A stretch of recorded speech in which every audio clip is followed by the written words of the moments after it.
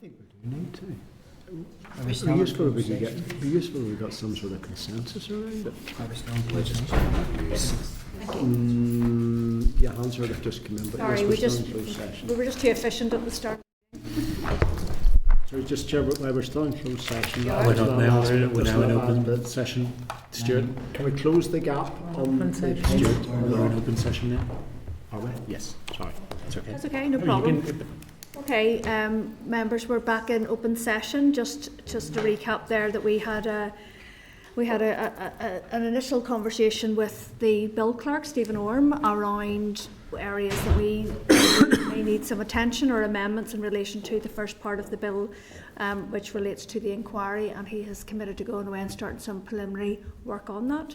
We have a plan for going forward over the next couple of weeks in terms of more formal clause by clause deliberations, and members have been invited to either speak to the clerk and his team individually and or send through some thoughts by Friday, with a view that we will have a sort of a working document for next week's meeting. Yes. Okay, thank you, members. We're going to move on to item 6. Sorry, we're going to go back to item 6, and that is our the Historical Institutional Abuse Redress Board retention and disposal schedule, and I'm going to seek your agreement that Hansard records this session. Yes. Right.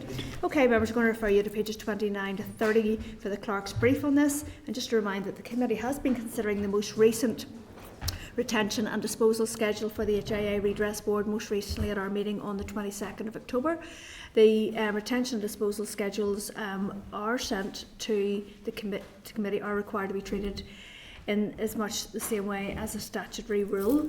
The clerk has requested further information on the rationale for the timescales outlined in the schedule, and a reply from the President of the HIA Redress Board can be found on pages 51 to 54 of your meeting pack. And I'm going to ask the clerk to speak to this correspondence, please. Thank you, Chair. Just as the Chair indicated there, the way that disposal and retention schedules work is that it is actually the Committee for Communities who have the responsibility to either okay or not okay those schedules. However, if the schedule sits in a remit area of another statutory committee, so for example this one, HIA, sits within a TEO committee, then this committee also gets the opportunity to have a look at and just make sure that it is clear and happy with the schedule itself. So committee first looked at this a couple of weeks ago on the 22nd. From between then and now, I got in contact with the redress board, and they have replied, and as the Chair said, you'll find that fairly fulsome reply on pages 51 to 54 of the meeting pack. In terms of what this committee will be looking for, it's just to really provide comfort for the committee that the Redress Board has done everything that it needs to do to make sure that its retention and disposal schedule sits in line with other statutory requirements that it has, and the President of the Board very helpfully has set that out in quite a lot of detail. I would just draw members' attention to the final two paragraphs of the letter that the President said that the schedule has gone before the PRONI validation panel earlier this year. Some points were raised, and then those were then amended, and it got final sign-off on the 29th of September. It was then approved by the Minister for Department of Communities and laid before the Assembly on the 17th of October.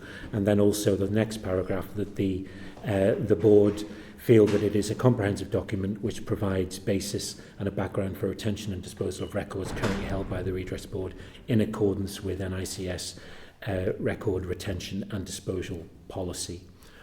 With that in mind, it's really for members to decide whether they are happy for to approve the schedule from this side, and then let the community committees know that, so that they can then make a final decision on it. Okay, no, thank you, Clerk. Anybody got any questions or queries? No, I did query this, so answer, the response that we got from Justice Fowler was very fulsome. Very fulsome, yes. And it gives me a lot of comfort, and so the Communities Committee essentially will transfer the responsibility for disposal or the retention of these records to us. So we will contact. Sorry, this committee will contact communities to say that if we come to that decision that we are content with the Yeah. schedule as it is, they will then go through their process with communities as a department. But they won't do that without you. No, exactly. Yeah. Yes. So that's fine. I'm content. Yeah, they need our approval first. Yeah. That's fine. Okay, no, I would agree with this has been Members are handled well, content. yeah, okay. Thank you. Okay, so I'm going to ask your agreement members whether you'll agree to the schedule and whether we then inform the community committee of this decision that we are content with the schedule. Okay, Agreed. content? Thank Okay, you. thank you. So we're now to Okay. briefing. I think that's all for Hansard. No, Hansard are here. Oh, you're for the staying, that's next okay, I was going to say you don't have much. That was just a quick one. Okay, no problem. Thank you. Okay, members, I'm going to move on then to, what page are we on there, sorry? On page 8. Page 8, Chair. Right. Okay, yes, okay. Members, so we're going to take an oral briefing from the PSNI in terms of the race action plan, and just as we've just confirmed there, Hansard are going to stay for the recording of this session.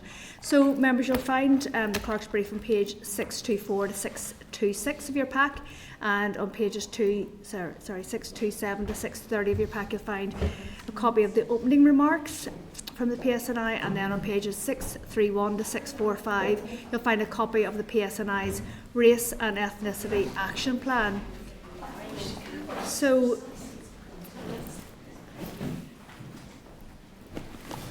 okay, you're all very welcome. Thank you very much, Chair. We're in a slightly tighter room there, so okay. Okay, so I'm going to welcome to the meeting Detective Chief Superintendent Zoe McKee, who's Head of Public Protection Branch and Programme Lead for the PSNI Race and Ethnicity Action Plan, Chief Superintendent Steen, is that North Belfast? North Area. Oh, it's just North Area Commander, and the Police Services Hate Crime Lead, and then Ms Gillian Magee, who's the Assistant Director of Human Resources. So thank you very much for your briefing and for supplying the actual plan. So if you would just like to go ahead and make your opening remarks. Thank you. Thank you. Thank you, Chair. Thank you. So thank you for the opportunity to brief the committee today on the Police Service of Northern Ireland's Race and Ethnicity Action Plan, and also to outline how we are taking this important work forward. I'm joined today, as Chair has already mentioned, Chief Superintendent Steen, who is our North Area Commander and also the lead for hate crime in the organisation. And Suan will speak to local policing and operational delivery. And I'm also joined by Gillian Magee, Assistant Director of Human Resources, and Gillian leads on workforce matters and organisational development. So collectively we represent the strategic, operational and police people leadership within this work. So I want to begin by acknowledging the deeply concerning scenes of race-related disorder and violence that Northern Ireland has witnessed in recent years, incidents that have caused genuine fear and distress within our ethnic minority communities. The police service has been unequivocal in its position. We've condemned this behaviour in the strongest possible terms and called it for what it is: racist thuggery, pure and simple. The police service has been unequivocal in that position, and we know that the damage that those incidents can cause, not only to individuals and communities, but also to public confidence in policing. They serve as a stark reminder of why a plan such as what we're going to discuss today is so essential. So our Race and Ethnicity Action Plan is a key part of our commitment to fairness, inclusion and equality across the police service. This is not a new initiative in isolation. Rather, it brings together years of focused activity and engagement and provides a clear, structured framework for how we will continue to embed anti-racism, equity and representation in all areas of policing, how we recruit and support our people, and also to how we engage and protect our communities. The plan's purpose is simple. It's to ensure that policing in Northern Ireland is a service for everyone, one that reflects the communities that we serve, upholds the highest standards of professionalism and earns public trust through action, not just words. The plan was developed through extensive engagement and consultation, both within our organisation and across the community. We spoke to officers and staff at all levels of the police service, including members of our Ethnic Minority Police Association, and they played an integral and invaluable role in shaping our priorities. Externally, we met with community representatives and leaders, advocacy groups and civic partners, ensuring that lived experience informed our thinking from the very beginning. In October 2024, last year, a draft version of the plan was published for an 8-week public consultation period. And we received over 90 formal responses representing individuals, community groups and organisations across Northern Ireland. Those responses were not short or symbolic. They were thoughtful, detailed and in many cases deeply personal. They reflected both the hopes and frustrations of people who want to see meaningful change in how policing respond to ethnic minority communities. The consultation highlighted several key themes, including the need for stronger accountability, better representation and a more visible anti-racist leadership. We listened carefully to that feedback and published the findings on our website and used them to inform the final version of the plan that you see here today, and that was launched publicly on the 7th of August this year. And we also just want to put on record that we're very grateful to everyone who took the time to contribute and remain committed to ensuring that the engagement continues throughout the delivery and the lifespan of the plan over the next 5 years, not just only through that consultation stage. So we've also learned from and aligned with colleagues across UK policing who are leading on the National Police Race Action Plan, ensuring that our approach benefits from national experience and learning, but is also tailored to Northern Ireland's unique context. And you might think, why race and ethnicity?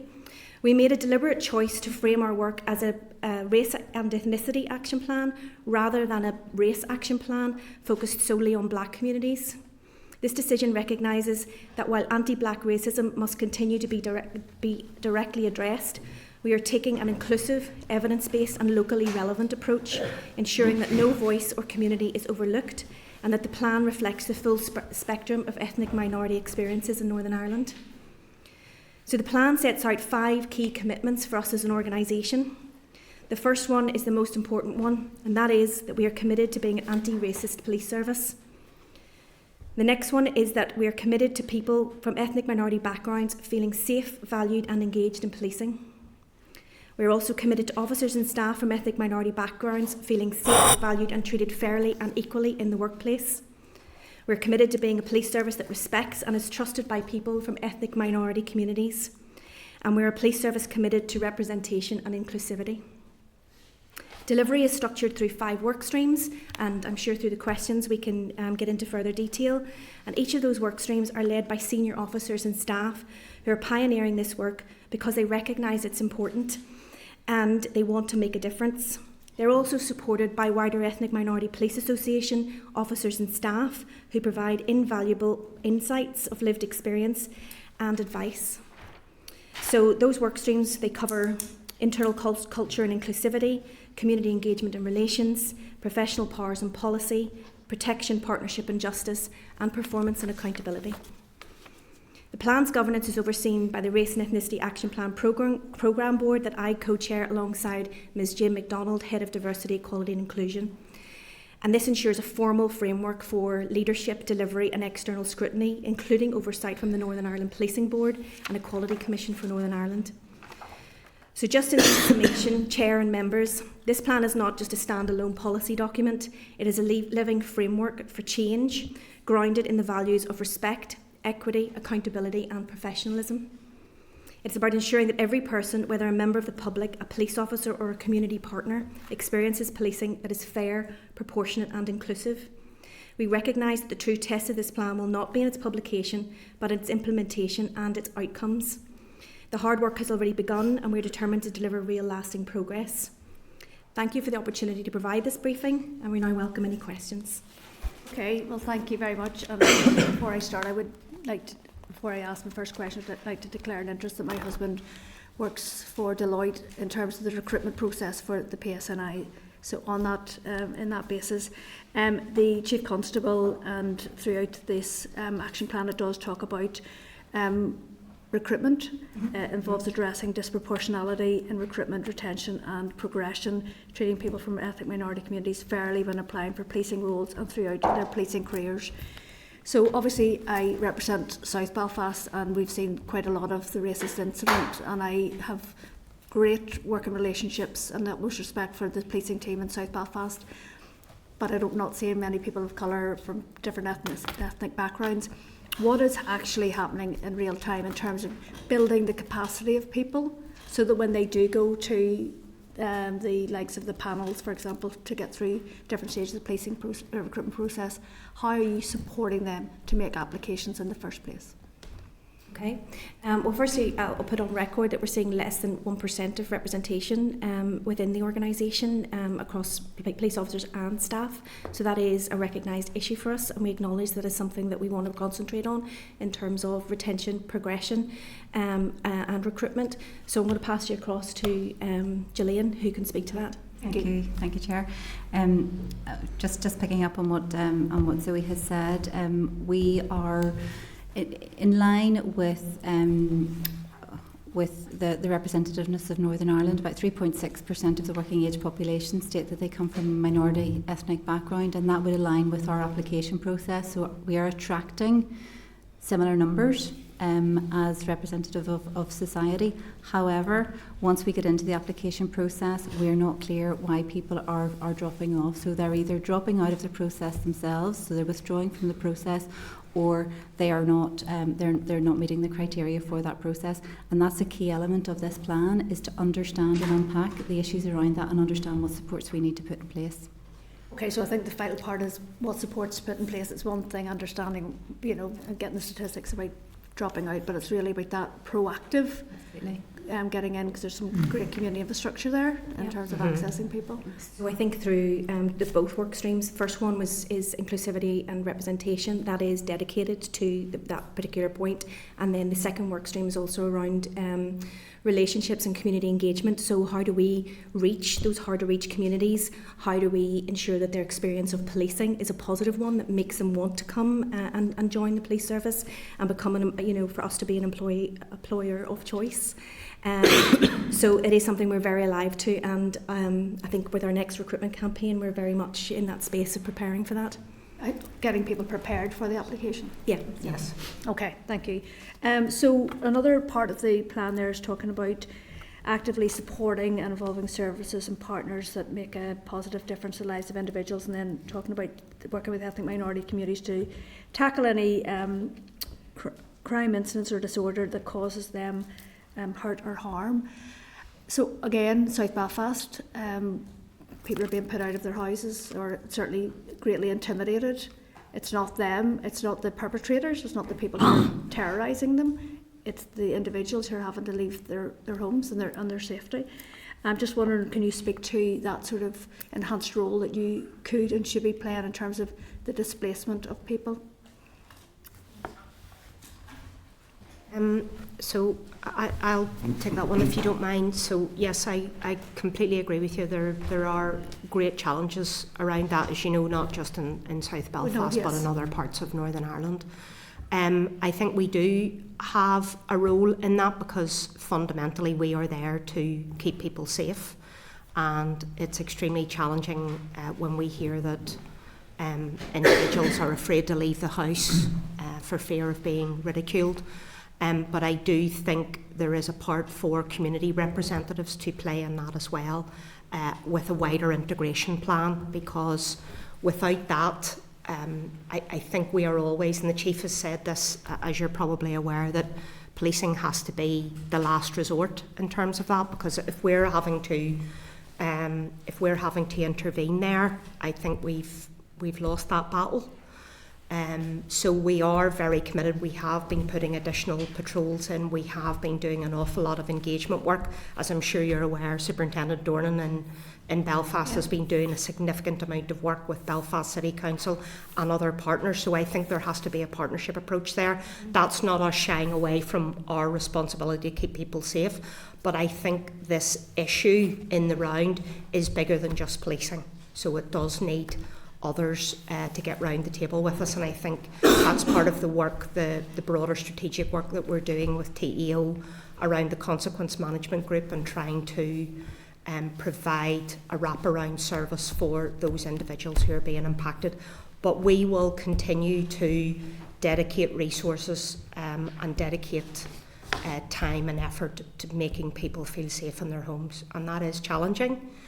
But we will continue to do that as long as we have to. Well, I'm quite struck by, as you know, I have an issue with term community workers, and I was a community worker. I know, and I want to make my point, because there are people who are legitimately working in communities and trying their best, and they don't have the power that I think a lot of people think they do, you know, to stand up to people who are organised crime gangs, i.e. paramilitary organisations. And then on the other side of that, then there are people, as I said before, community worker by day, paramilitary by night. So I think that I would like to see a more robust, tough stance taken where people are targeted in their home, and it's not about you know, going about their business, but it's actually when they're there. But I'll not labour the point, because I know Finn Dornan's doing great work on that, and others have indicated they want to come in. Chair, if I may, I think that there's also an element of prevention in this space too before it gets to that stage, and I think some of the work that is ongoing in South Belfast and right across the board does need to be highlighted. And as part of our justice, it's not just equal access for victims from ethnic minority backgrounds, but there's also an element built into the plan around how we target offenders in this space, and that will have been played out, as you saw, after the Ballymena riots in the summer, where we had, at the minute, we've had over 100 people charged with offences for those, so we are taking a very robust stance on that, because we're very clear that there's no place for racist attacks, incidents, anything hate motivated in Northern Ireland. No, really appreciate that. And just one last quick one for me, and that's maybe a more systemic issue, and that's really around communication. So people will report incidents, and they may seem quite minor as one-off, but whenever you're living with this, as you said, going down the street being intimidated, and what we've heard as a committee is that, you know, you can make a report and then you don't get a follow-up, you know, you don't know what's happened. So I'm just wondering, has this plan actually strengthened those communication processes? Yeah, so we have a bespoke communications plan as part of the plan itself in terms of how we are reporting on our progress. So we will have the formal mechanisms in terms of our accountability bodies through the Quality Commission and Northern Ireland Policing Plan. We will also have national people coming in and assessing how we're doing against our own marking against the maturity matrix, which is a national framework of how we're delivering against the plan. But I think, probably speaking to your point, this is about not just it's about how people experience and how they feel when they're walking down the street. So it's not just the crime and the incidents; it's their feelings of safety and their perceptions of safety. So with that, we are. You know, we have regular real events, listening and engagement events dedicated to local communities. So within the work stream for community engagement and listening, that is how we will dock in best. And then we are also looking at developing a community reference group so that we can hear the lived experiences and things as they're happening. And that's not taken away from the really brilliant relationships that happen on the ground, you know, with local commanders and local policing teams, neighbourhood teams, who are really docked into the problems live time. Okay. Thank you. Deputy Chair, please. Thank you very much for joining us. This is a very important topic today, and it's been an important topic for quite some time, with all of the incidents that have occurred right across the UK and disappointingly here in Northern Ireland. As a police service, I think this plan is important because you do effectively point in two directions: externally into the community, but also internally into your own organisation. And by your own admission, your recruitment of people from a variety of ethnic backgrounds and others are very low. So how is this plan going to tackle that? And then I think the Chair's already asked this, just how do you communicate that and build the confidence of communities that have been very seriously damaged by the activities over the last period of time? And I'll wrap this up with a final question. How is all of this going to be measured? What does success look like? Okay. I think let's start with the last question first. How will this be measured? I've sort of touched on it in terms of the accountability formal processes. We're also building, and we have a dedicated work stream for performance and accountability. And that is, we're building in sort of smart short, medium and long-term plans over the 5 years to track how we were doing it. And it is literally assessing every commitment that we have made. how we're progressing and tracking that. So there is a formal work stream dedicated to that. But at the minute, what we're doing is we're baselining. So we know that there will be gaps in our data. So to the first part of your question, how are we going to do that? We're going to do it through better representation, through recruitment, retention, progression. We're going to do it through better data gathering and proper insights. We're going to do it through stronger partnership and working and building those relationships and early identification of the problems in the prevention space, and also meaningful accountability, as you've said. So we're holding ourselves to account through our Ethnic Minority Police Association internally, and they are a really valuable asset for us, and then externally, as I've already kind of outlined. But most importantly, we are taking a trauma-informed approach. We are listening to the voices with lived experience, and only they will be able to say whether or not we're meeting the outcomes. So when we publish it, and again, this is back to my point of it's not just words, it's action. And through the annual reporting that we do, we will be held to account by our local communities. And then going back to sort of in terms of how that is going to be validated, I can understand a small group of officers inside the force or inside the service being asked to if you like, mark your own homework. But is there going to be independent validation, external independent scrutiny of how you're actually achieving these objectives? So that speaks to what we're going to try and embed, well we are going to embed because we've committed to it within the plan, a community reference group. We are also in the stages of external evaluation through local universities in terms of surveys and data and bringing them in, to assess us. So this won't be about PSNI marking their own homework. We're actively, when you see the detail of the accountability and the performance work stream, it's a huge array of qualitative and quantitative data that then we will then publish annually. Okay. Sorry, if I may, Chair, as well as that, we also, under Indicator 1.4 in the annual policing or performance plan, the Race and Ethnicity Action Plan, we have to provide regular updates to the board as well. So there's an extra accountability stream there too. I think it's also important to remember that this is a lot of intersectionality here in terms of how we're delivering even against our VOG action plans, or violence against women and girls, and how that cross-cuts to the work that we're trying to achieve, to our serious and organised crime strategy, where we're equality, and we have the annual equality monitoring and reporting through the Equality Commission. So there's lots of ways to hold us to account. And we welcome that. It's right and proper. Okay, thank you. Timothy, please. Thanks very much. Afternoon all. I suppose I want to start off by saying that racism is wrong in every form and there's no place in Northern Ireland. But it leads me on to this lovely glossy brochure that we have in front of us today. From reading that, my initial thinking is, at what point did the PSNI become captured? In that, reading through it, it seems to be throwing good officers under the bus. I get the impression from it that it's liberal, left-leaning and full of sound bites, and I have serious concerns about the way the police is going forward. Page 5, public confidence in the police, especially among these communities, has been impacted by historical injustices, disparities in policing outcomes and a perception of bias within the section. The term perception to me, and you've already mentioned about lived experience.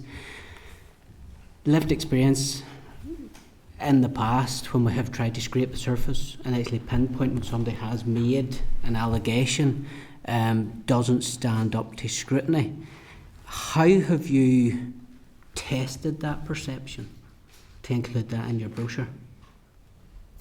Okay, well, I'm sorry to hear that you think it's glossy and full of sound bites, and I hope to prove you wrong in time. I think the perception of bias within the system, and I think you're referring to Mr. Boucher's opening comments in the foreword. I think all we need to do there is to look at the detail that has informed the action plan and the journey that policing, wider policing and policing within Northern Ireland has been on. So the learning from the McPherson report, the Stephen Lawrence inquiry, Black Lives Matter, the Casey review, all of those have given indications of bias and discrimination within policing, which is what we acknowledge through part of this plan, and therefore have developed a response nationally aligned to what is happening in England and Wales. Yeah, and that's on a national basis, whereas I'm interested when you come in front of the committee today to what's happening in Northern Ireland. Page 7, these include, so we're talking about this plan outlines specific goals and actionable steps to eradicate racial and ethnic disparities in policing. These include enhanced training programmes, oversight mechanisms, community engagement and policy reforms. My question from that is, at what cost is all this? Cost in terms of financial, resourcing or impact for policing of ethnic minority implement communities? This brochure and what's in it? How much has been set aside? We're hearing that policing numbers are declining, or well, we're struggling for policing numbers. We're at an all-time low. We don't have the money in the budget essentially to have an operational police force that is fit for purpose. And I am very sceptical when there's a policy like this comes forward. I want to know how much to implement this, how much that will cost out of the existing policing budget, and how many policing bodies that would put on the street. If you look at all of the works, so I suppose my response to that is every single work stream that is outlined within the plan itself is routine business. This is core policing delivery. This is building on work that is already there and well embedded. It is just an opportunity for us to publicly make those commitments, to publicly say, here is the accountability and the performance process for which we will deliver and be held to account for. So in terms of cost, this is within our daily business. This is the work that officers and staff are doing day and daily. This is more about focusing on the way in which we deliver, how culturally competent our officers and staff are, their training and awareness of different ethnic backgrounds and the response that they might need to change depending on their audience. So there's a lot of things that are already there and can just be developed as part of our operational response. Rather than investment. There's more rhythm and routine training rather than investment. No, I think there will be an element of investment in terms of training around cultural awareness and diversity training and anti-racism. Go ahead. Still on page 7, so yeah. We get to a Northern Ireland point. So in Northern Ireland, the PSNI has not been immune to criticism following our own handling of peaceful protests organised by Black Lives Matter, which is, I recognise that, but we have to put into context that was in the same time where COVID regulations were in place, where my life was impacted by going to church, and at the same time we actually seen the police facilitating an IRA funeral in Belfast.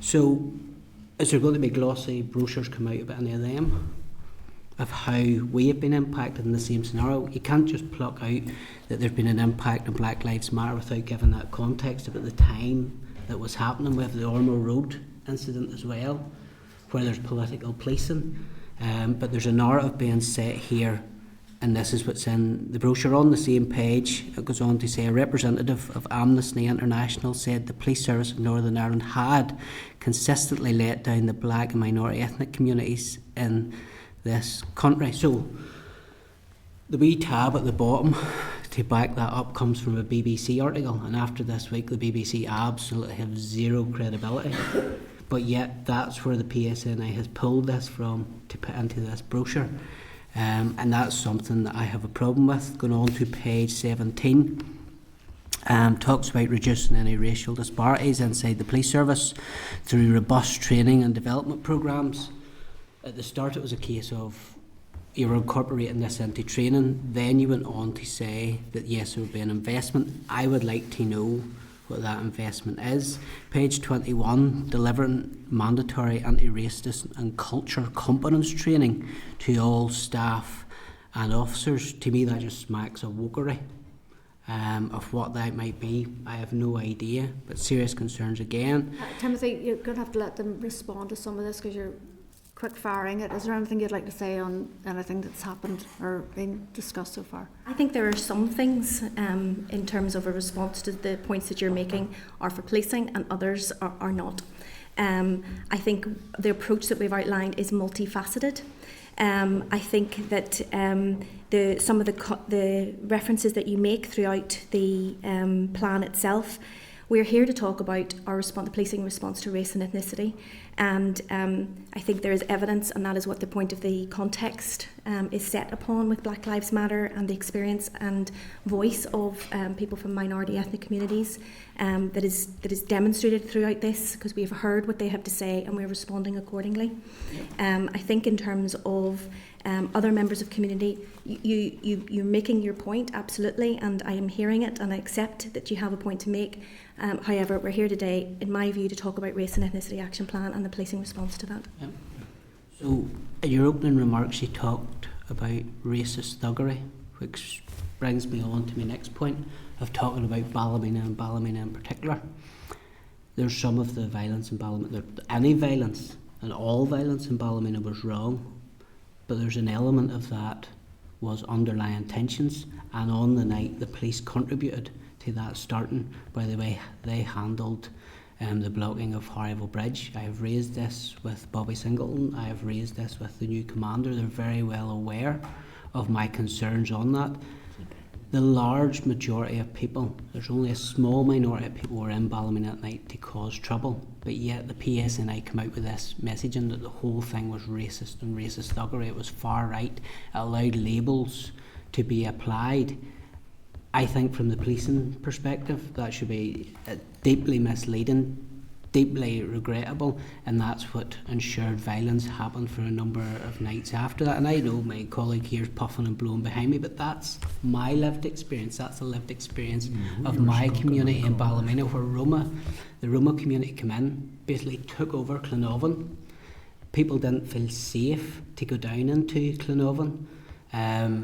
Ghettos were allowed to, bed in. This was on the doorstep of the police station. Local people felt as if they were marginalised. Local people felt forgotten about. And I don't see any lovely glossy brochures on any of that. Where the problem was, and we'll talk about it in the next point as well, where integration simply did not happen with that community. I think that's actually a really good point, Timothy. I think we could pick that up, the integration piece with the departmental officials. Have you got one more? Because I'm conscious that other people need to come in. Yeah. My final thing would be, I want a police service that's fit for purpose, that's properly resourced, and people get positions based on merit, not because of they're Catholic, they're Protestant, they're a type of colour. We need to get back to have a fit for purpose police service, not one captured, which is what's being presented in front of us here today. And I have serious reservations. It smacks a stonewall if that's where the police are headed when this is what you bring in front of the committee. And I know I'll probably get no support in this room here today, but I would feel as if I'm letting my community down if I didn't come in and give you my honest thoughts on that. Okay, well, you've put them on the record, Timothy. Thank you. Sinead, online, please. Chair, may I just respond, Please just do, very yes. briefly? No, you're welcome to. I think I too want a police force and service that is fit for purpose, is well resourced, and that has positive outcomes for all communities, and in particular ethnic minority communities, which is what we're trying to achieve through the plan. So I think I don't know if Sue-Ann wants to pick up anything specifically around the Ballymena, because I think it would be remiss if we didn't address that based on the concerns that you have raised. But Chair, I'll take your lead on that if you want to pick it up through a separate integration I think you have the right response. Sinead, can we just pause you coming in for a wee second, please? Do you want to go ahead? Yes. Mr. Gaston, thank you for your comments. As both the Chief Superintendent for North Area and the overall commander for the operation on the 9th of June, I'm not going to talk about the whys and wherefores, that's for others. In terms of the policing operation, I can tell you that if we hadn't taken the actions we did, I firmly believe, as does the Chief Constable and others, that people would have lost their lives. We police without fear or favour, and on that particular night and on subsequent nights, we did what we had to do to fulfil our obligations under Section 32 of the Police Act. So I appreciate, I understand your comments and I've taken them on board, but that's my view of it. From an independent policing perspective, the actions had to be taken, and I know that's the conversation that you've had with Superintendent Calderwood. If you wish to have a conversation with me outside or a meeting at some other time to discuss going forward, because what we want to do now is move forward in Ballymena and other places. And you know yourself that the officers and staff there are very keen to make sure that what happened in Ballymena, regardless of what your view of that is, and I accept your view, that it doesn't happen again.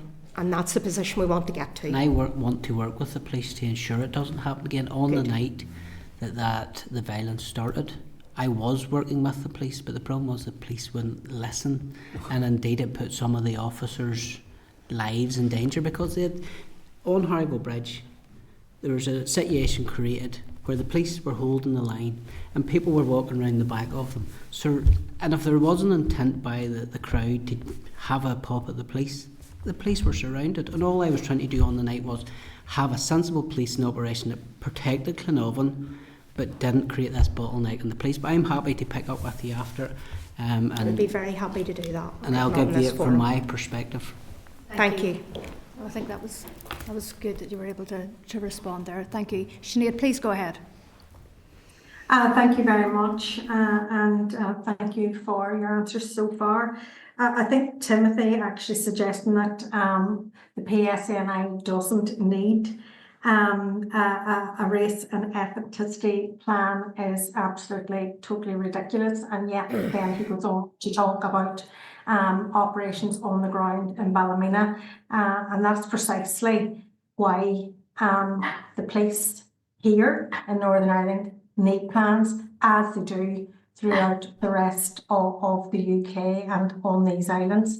So anyway, in relation to data, I just want to specifically ask a couple of questions around data and how we measure it. And for example, you've said that the data that you're currently using to measure confidence of people from ethnic minority communities in the PSNI, what improvements are you aiming to see in order to measure the success of that in terms of the confidence of our new communities? And then I'll ask a second question as well, because it's probably related, just because again it's about data. And you've said that your reporting you will rely on NISRA data as well. Are there any weaknesses in that data that you can recognise at this particular point in time? Okay, thanks for your question. So taking into account what measures we're going to use to demonstrate impact and deliverability, that is what Workstream 4, so we'll refer you to the Workstream 5, apologies, on page 25. Essentially, we have made those 5 commitments, and that is what we will be measured against. So again, that will be aligned ADR policing plan outcomes that under 1.4 around hate crime, and in particular those relating to ethnic minority communities. We will be using survey data, we will be using recruitment data, we will be using retention data. There are so many data points that I couldn't list them. And at the minute, at the start of our journey around our implementation, what we are doing is we are baselining this. So if I have misled, just for clarity, we're not just going to use our own feedback internally around from our Ethnic Minority Police Association colleagues and their own lived experience. This will be very broad and wide-ranging, and again, some of the Equality Commission equality monitoring data as well.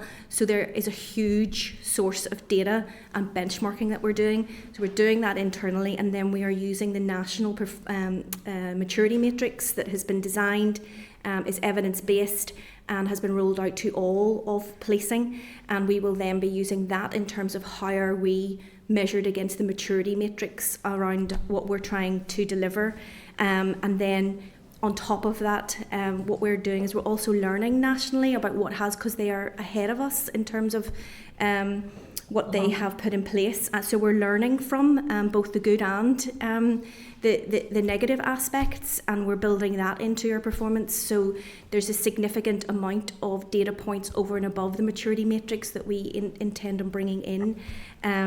So again, this is the start of a journey.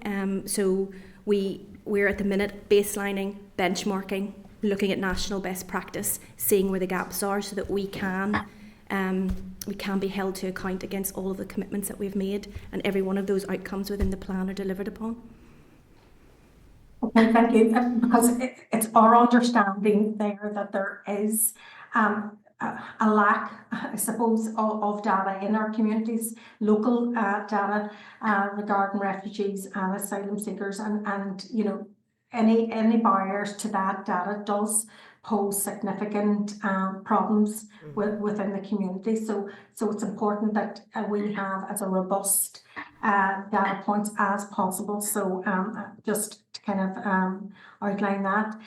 Also, in action, can I just go to the actual actions now? In action 4.1.1, you've stated is to robustly pursue those who offend against ethnic minority communities. I would have imagined that that this could be expected already, but what are your current barriers faced that you face in regards to that? Yeah, I'm going to pass that specific question over to Sue-Ann, but just on your data point, I know that you're hearing separate evidence after us, and we will be working kind of in lockstep with what the Executive Office are also achieving in this space. So we'll be working in tandem because they too will be developing their own data points, and we can support each other in doing that. And to your point then around 4.1 around the offenders, I'll hand it over to Sue-Ann. Certainly. Thank you for the question. It's a good one because there's a range of complexities around this that potentially prevent people from ethnic minority communities reporting to police in the first place. The one thing I would say is that approximately 80% of racially motivated hate crime in particular, it's not unique to racially motivated hate crime, however, is violence against the person, which can include things like criminal damage, not criminal damage, that's a separate issue, but low-level violence. I hate using that phrase, low-level, but it's, and the challenge then is there's a few things that an awful lot of people maybe, given their country of origin that they came from, have a significant mistrust of police, because in many countries, particularly Eastern European countries, the police are seen as a wing of the state, so to speak, and it's very difficult for them to have any trust and confidence in police. Another issue is a language barrier, and again there's also cultural issues, because some cultures, they actually prefer to look at issues like that within families and within their own community, rather than coming to the police for it. So there's a number of complex issues. We are trying to work through that with PPS and with other colleagues. One thing we do at the moment to try and overcome that is we use the Hate Crime Advocacy Service, who are advocates with real lived experience, who work with families and with victims and witnesses to try and support them through a criminal justice process, so that we can, when we get an offender and we want to bring an offender to justice, so that we can take it all the way through the criminal justice process. So it's a very good question. There's a number of challenges to it, and we are looking at that as a priority from a hate crime perspective as well. And then speaking to... thank you. I'll let the chair let others in. I have a few other questions, and if there's time at the end, I might ask them. Okay, thank you.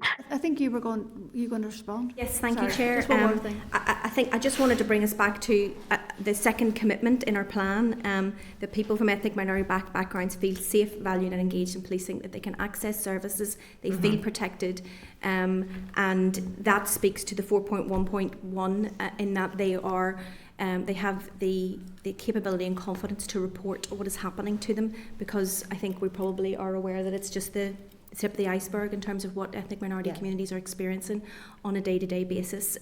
So for us, it's about building trust and confidence so that they feel safer, as do the rest of our communities feel safer, because when one pocket it feels that way, then it has a wider impact in terms of public safety for everybody. Yeah, absolutely. Okay, thank you. Carol, please.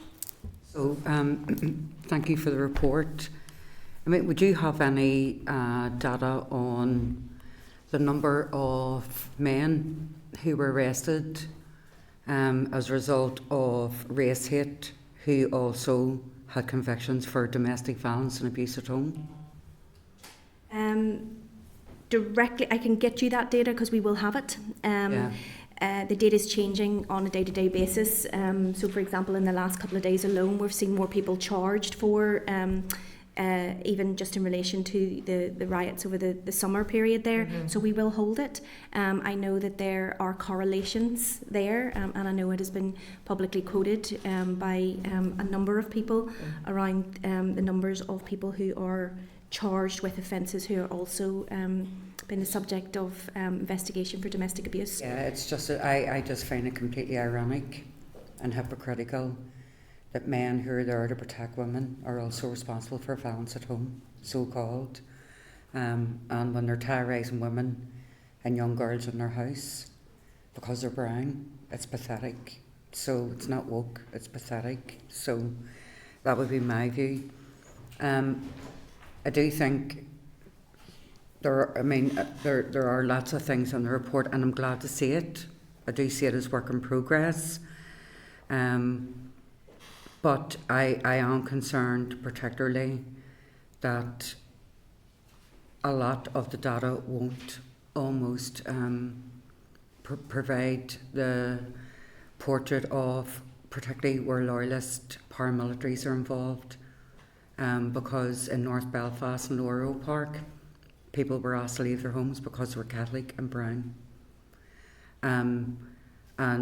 But yet in all, the number of people who have been racially abused, assaulted, are still part of that data.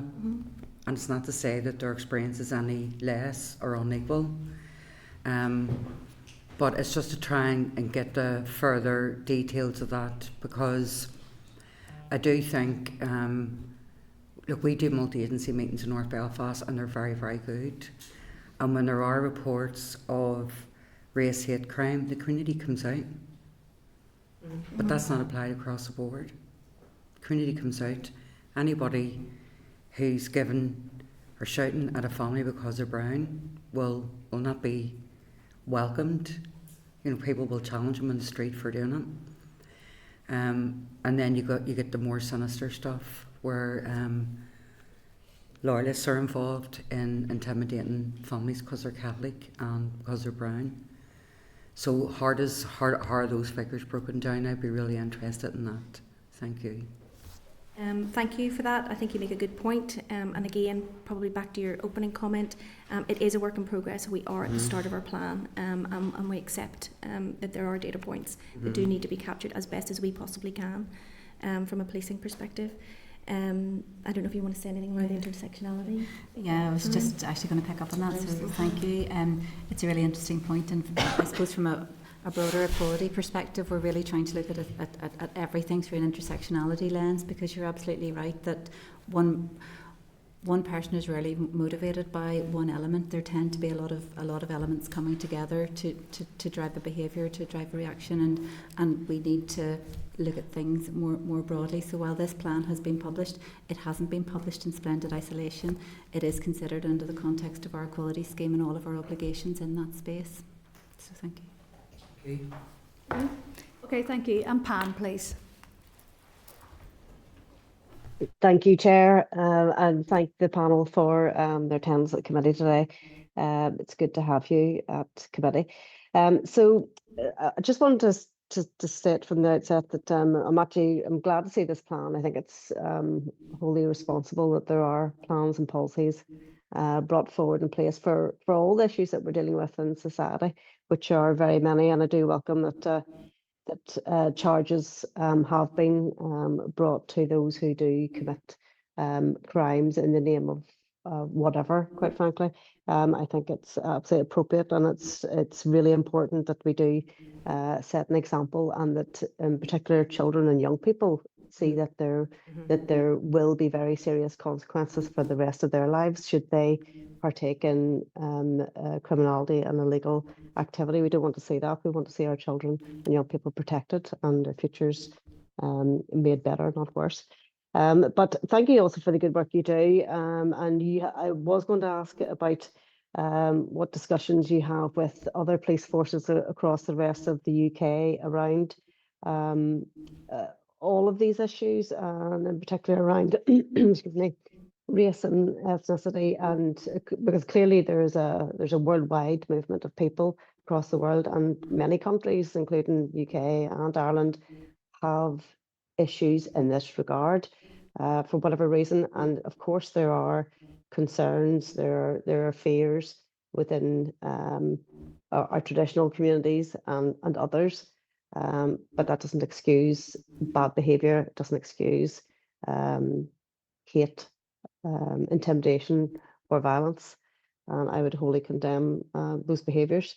But I suppose I wanted to ask around, you did touch upon learnings from other areas of work in terms of race across the UK, but so what is ongoing, and what is there coming in the future? And also, do you have an opportunity to feed back to the Home Office directly in terms of what you're getting on the ground fed up to you? Is that going back to the Home Office? Because clearly it's the Home Office at Westminster who have the responsibility for migration, and we know that there's a lot of conflation around people who are economic migrants, people who are seeking asylum. There is a lot of confusion out there, a lot of confusion on the ground. And when it comes to the ground, I just want to touch upon too whether you as a police force have enough resource to do the job that's been handed to you. And I know and see every day the value of our community neighbourhood teams on the ground. They do incredible work in keeping people on an even keel in all sorts of circumstances, and that obviously does include dealing with race, hate issues as well. So is there enough resource to actually fulfil the plan that's in front of us today? And if not, what more needs to be done? Thank you, Pam. Plenty there. Go ahead. Okay, plenty there. So I'll start and work backwards. I think resource. I think the Chief Constable, we will all know, has been on record in terms of resource and funding is wholly insufficient for policing in Northern Ireland.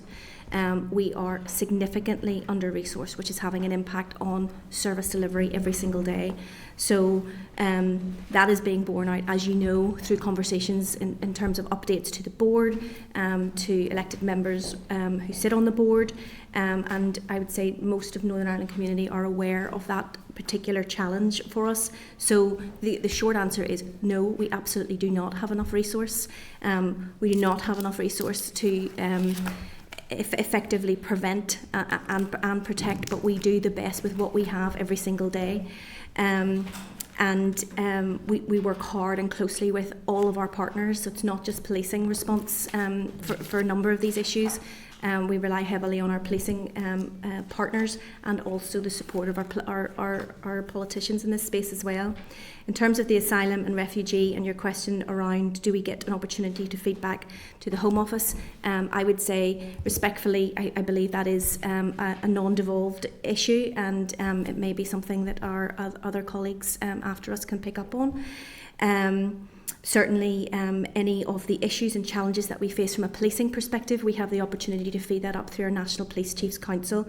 So to the first point of your question around what conversations we're having, there is a formal structure process through the National Police Chiefs Council where there is a national lead, who Deputy Assistant Commissioner Alison Haidari, who leads on the Police Race Action Plan for England and Wales.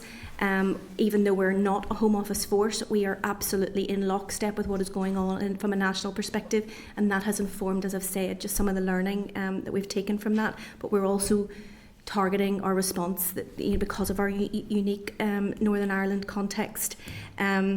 So what we have done so far is we have had Alison, Dr. Haidari over.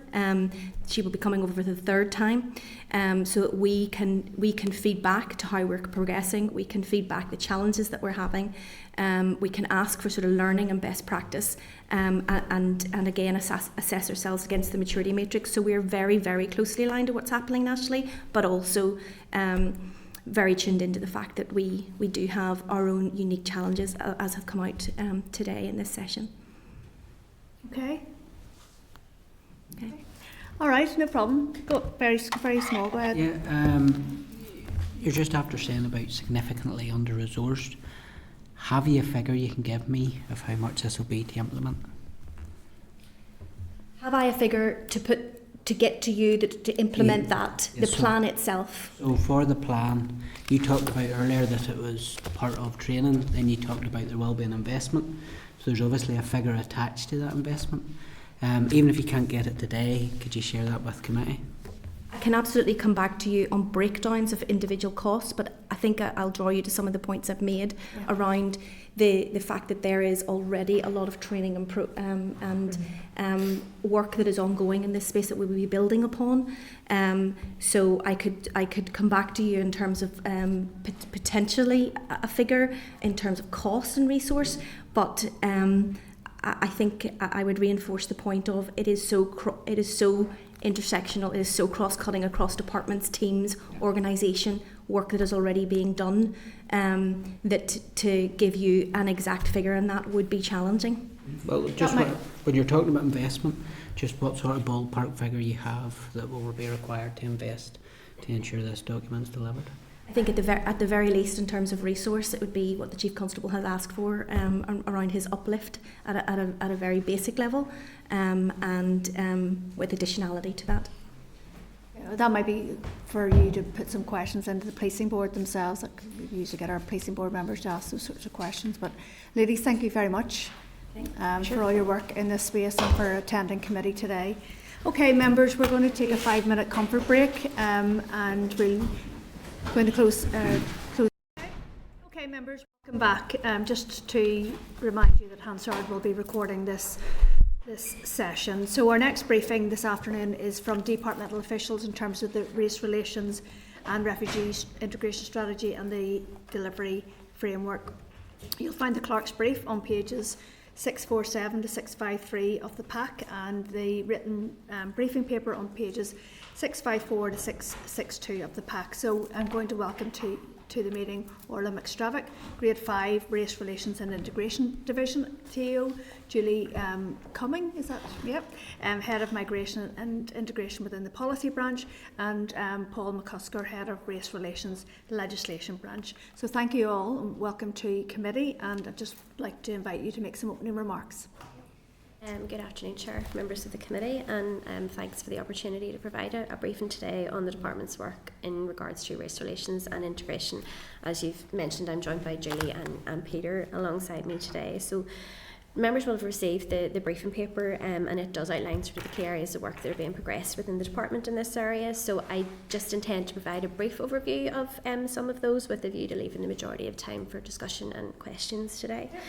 So first, I think it's important to acknowledge the very challenging context with increasing instances of racially motivated hate and crime and ongoing discontent across our communities. And as was mentioned in the session before us, obviously we witnessed in the last 2 summers significant periods of violence and disorder. And this is something which ministers and the executive collectively have repeatedly condemned, but it does bring into focus the importance of work to identify and understand the root causes of hate and racism and to develop interventions to tackle these. This isn't without challenge, and it will require long-term work collectively with partners and wider society to support a change in attitudes and behaviours.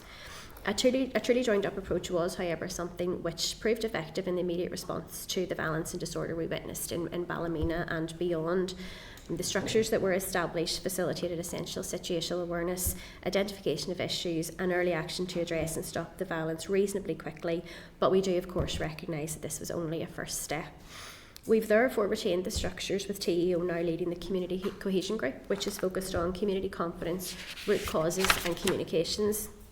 We are working to develop a suite of interventions which will be considered by ministers and inform and help deliver a new strategic approach to racial equality beyond 2025.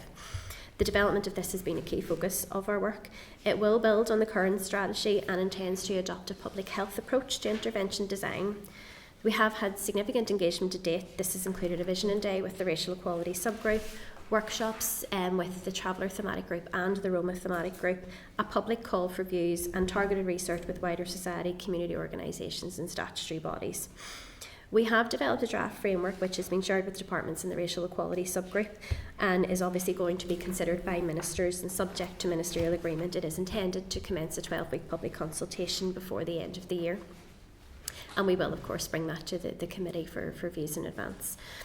Oversight of both of these areas of work have been integrated into the strategic planning group, which now encompasses all race relations work.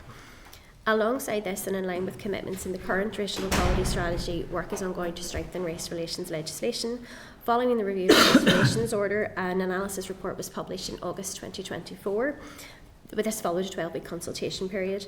It proposes over 70 possible amendments across key areas including education, employment, service provision, enforcement and the role of the Equality Commission.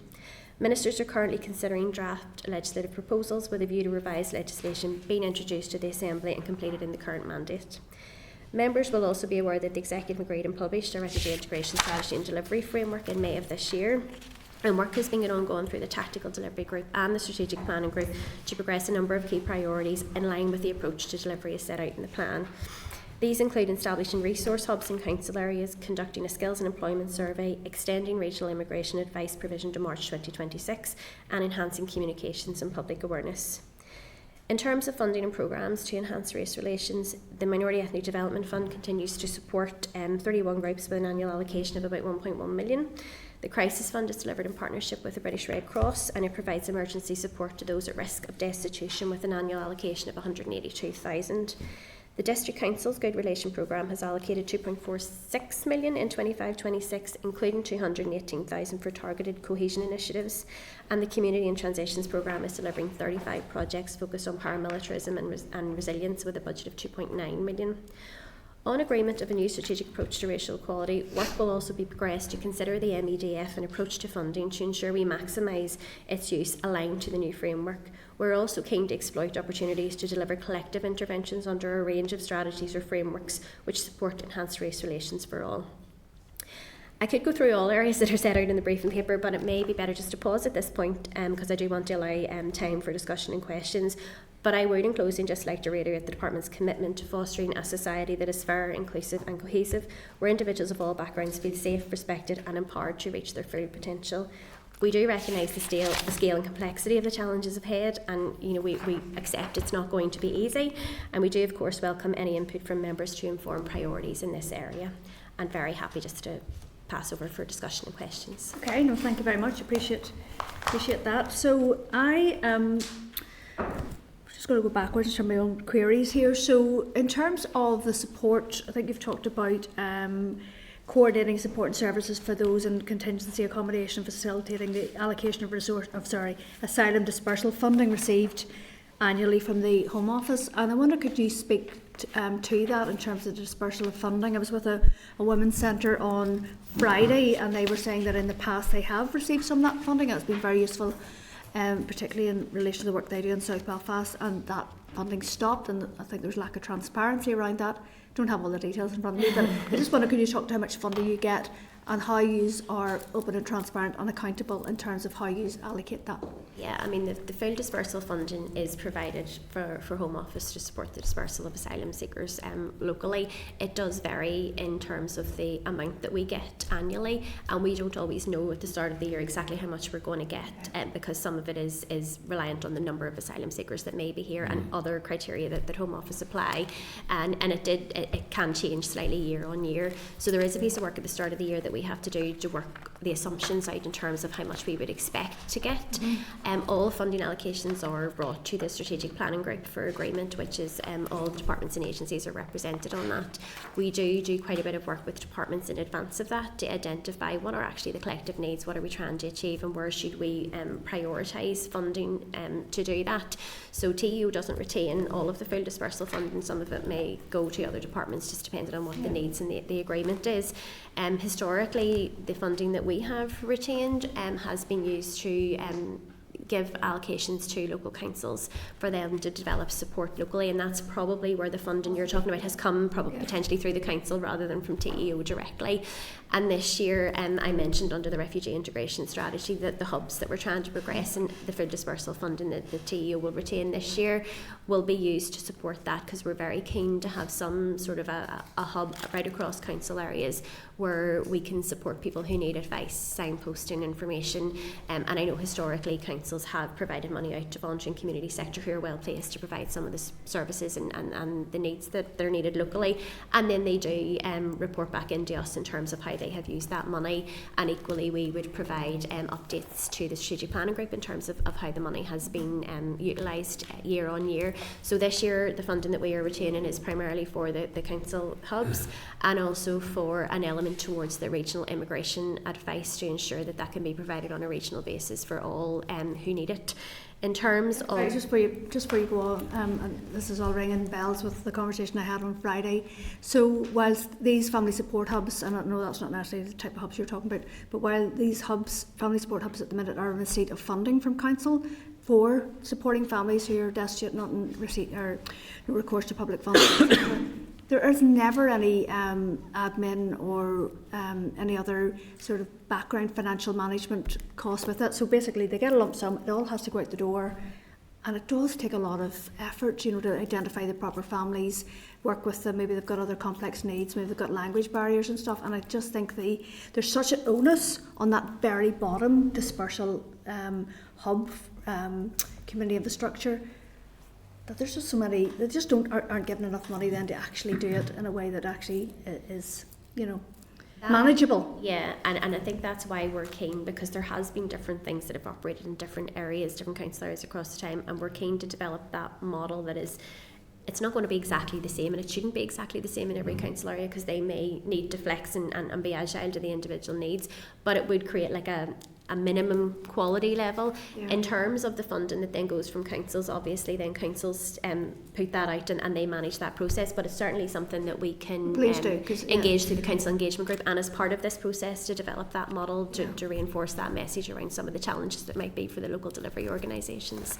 We do have a limited amount of money. I mean, I appreciate it does that, come from and they don't, and it wasn't necessarily a moan, it was more just, you know, we want to be able to support families. But when you've got like a part-time, less than one full-time person and other things, and we can certainly factor that into the discussions we're having at the minute around how this model would be shaped and what it should look like. Okay, thank you. Sorry, I don't want to labour that too much. I suppose in terms of the presentation, you know, we've got the strategic planning group, and then we've got the tactical delivery group, and I think then there's the community cohesion group, and there's just a lot of layers, and you know, and I don't mean to be flippant, but it almost sounds like busy work, you know, so that everybody's going to meetings to talk about stuff, you know. Are there too many structures?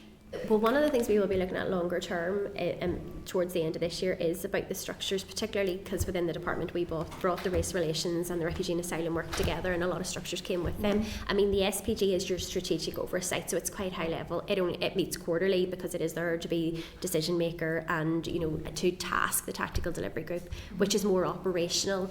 the community cohesion group, and it was a key lesson learned, I think, from the previous unrest that we had seen in summer 2024. So whilst it was right that PSNI led the initial response, and when we were in that response mode and the immediacy around that, as we moved out of that and into more when the obviously the violence had settled, but we were still seeing unrest, there was really a recognition that we felt we need to retain the collectiveness of that, to look at how do we get on the preventative intervention type work in this, and it is longer term. So we did retain that structure, but we have aligned it under the SPG to give the oversight, and there was a very clear focus for that group.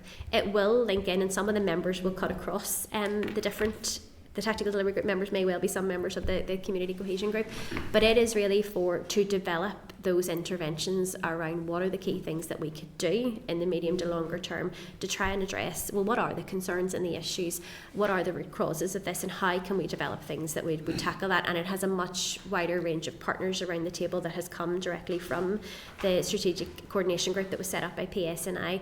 We did feel that the last time we had those structures in 2024, when we went into business as usual, we lost a bit of the momentum around that. So this was specifically to try and maintain that. So I wouldn't say there isn't a need for that. I would say there most definitely is. I do think longer term there is a need to look at the structures, because there are quite a lot there. They may well be needed now, but we may be able to streamline them in the longer term, and some of this work will have a lifespan at a point in time with the immediacy of some of this, and then may move more into the structures that we already had. But it is something that we are going to look at. Sorry, just remember a very quick one. So ethnic equality monitoring, I think in the 2005 to 2015 they talked about that this would actually form part of the legislation for the new race relations order. Will that feature within it? Well, race relations order, so we have done the review obviously of our legislation comparable with legislation elsewhere, and we've worked extensively with DSO around that. So ministers are currently considering proposals in and around any potential amendments to the race relations order, so obviously it will be subject to that. We have been doing quite a lot of work in the interim with departments, and we've been able to do some things in the ethnic equality monitoring space, particularly working with departments to identify what data they have or could have, how they are using it, and where there are gaps or where there are additional data that they could collect. We've also done a bit of work around citizen space, so that when departments are going out to consult, that there is an easy way for them to actually collect and ask the ethnic equality monitoring questions. So yes, whilst there might be a need for an element of legislation at a later stage, there is actually quite a lot of work being done in the meantime. Now that does take some time, because even some of the things that we've seen departments have been able to do, for example, if you take, where they're able to collect data from a school's perspective, it will be 7 years before you will have a complete picture within a school. So we are working with departments in parallel around that, but anything under the RRO, ministers are currently considering the proposals there. I'll come back to that when we actually scrutinise that. Go ahead, Deputy Chair. Thank you. Thank you for this today. I think TEO is the right place for this work to be done in, but race relations and refugee strategies are perhaps arguably at opposite ends of the activity spans that you do. Race relations are immediate but also very long term, whereas a refugee strategy is very of the moment, and as you've admitted yourselves, very dependent on what the UK government gives you, because you really have no discretion over the funds that you get. I'm interested to know just what discretion you have in terms of how you spend that money here. But I also would like to know what coordination you have as TEO with all of the other government departments here in Northern Ireland, how you interact with the other ministers and the other departments, and how do you ask them to tell you what they're doing, or do you tell them what to do? How is that coordinated? I have a couple of other questions, but maybe we could deal with that bit of it first. Yeah, in terms of the spend, so any money that we get, whether it's from Home Office or the Ministry of Housing, MH, Communities and Local Government, it comes just via an MOU, so there's a memorandum of understanding. So, depending, we get a range of funding, whether it's for the Syrian scheme, whether it's under the Ukrainian scheme, whether it's for full dispersal. So it does have to be used for those cohorts. But in saying that, we do have flexibility around how we do that, and that is where we work very closely with departments. Some schemes will have specific elements that you have to deliver. Ukraine, for example, has thank you payments that we have to administer. It has home visits and things that you have to do to check the accommodation. So there are some mandatory elements of the scheme that we have to do. But then in terms of the wider funding, that is where we would work through the TDG and the strategic planning group to agree how best we utilise that money. And there's a lot of work that's done with departments. I mean, we had funding workshops where we actually sat down and said, what are the needs, rather than who needs what is the actual needs, what are we trying to do here, and then how best can we utilise the money to do that, and then those proposals go to SPG for allocation. So we're limited in how we can use it in terms of who the beneficiaries are, but equally we do have some element of flexibility around how we choose to spend that to meet the needs of the people who are here under the different schemes. And so do you have some coordination with local authorities in England and Wales to look at what best practice might look at? Absolutely. We have. I mean, there's a weekly meeting that we have with Home Office and MHCLG that the other administrations sit in as well, where we go through even upcoming changes and things, or things that are coming down the line and what they're doing. Now, it's very different here structurally compared to other areas. So they're talking about local authorities rather than departments. But yes, we do have those engagements. You've indicated, and we're aware, that there's the potential for a racial equality bill coming forward. It would be updated legislation in regards to the race relations order. And in those circumstances, what might be the without giving your secrets away, maybe you don't have any. What might the key improvements be, or the key changes be, that you would want to deliver in that piece of legislation? Well, the commitment to look at the race relations order was to bring it on par with other legislation, both in GB and in Ireland. And there was published, we did a public consultation, and we did publish a consultation analysis, so it's on the TEO website. I think there's about over 70 potential areas that would be covered under that, but obviously that will be subject to ministerial and executive consideration, and then the drafting process that we would go through with OLC, and we will work quite closely with DSO on that as well. Peter, in terms of the areas, the range from education, employment, can't think of the others. Facilities, services, ECNI, and enforcement. Part of ECNI and enforcement. So in a sense, that goes back to the coordination with other departments. Yeah. Finally, then, Chair, what is your relationship like with the local authorities here in Northern Ireland in terms of the Good Relations programme, and how is that monitored? How do you satisfy yourselves that you're getting value for money in your contribution to those programmes in local government? In terms of local councils? Yes. Obviously, the Good Relations, the wider Good Relations funding is managed. It's not. I don't manage that area. But what we are trying to do, we obviously do the full dispersal funding that we provide to councils. We recognised in the back of Ukraine, when we had the Ukrainian arrivals, and equally in terms of the response to the unrest, the role that councils can really play in this, because they're much closer to the ground than we are, and they work very closely with a range of voluntary and community sector organisations there. So we do have an MOU in place with councils. We also have a council engagement group where we bring all the councils together to share best practice, lesson learned, and to try and identify areas where we might want to do things in this space and make best use of the money. In the longer term, there is very much an appetite for the wider Good Relations work and our work both with councils and under the likes of the MEDF to see how we can better sort of align that to have common sort of outcomes, because we're all trying to achieve good relations. It's all in the same space, and I know councils are very keen on that, so that we can have sort of a more effective, more streamlined approach both to funding and to what councils are trying to deliver locally in that wider Good Relations space. So that is something that we're going to be working closely with our Good Relations colleagues within the department in. Thank you. Thanks, Chair. Thank you. Timothy, please. Thanks very much. I suppose just picking up on some of the comments that I made earlier on, and I'm looking at the refugee integration strategy, where we have 11 pages. 5 of them are fully contained with photos. That leaves 6 pages, and I'm looking through this, and I have seen what has happened in my town of Ballymena, and I see nothing in there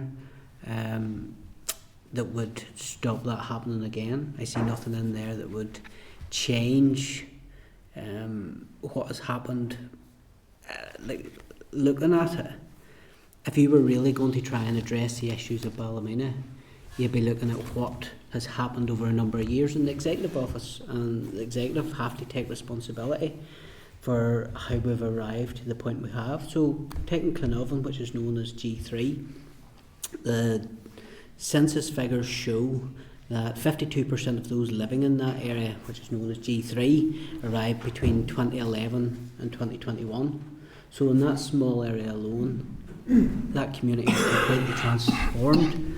It was highly populated by the Roma, and in that people have tried for years to integrate and get the Roma to integrate with us, but that simply didn't happen. So what we've experienced in Ballymena is that a community has come in, set up in a small area, and there has been zero integration. So just to put context in that, there's 1,529 Roma in Northern Ireland.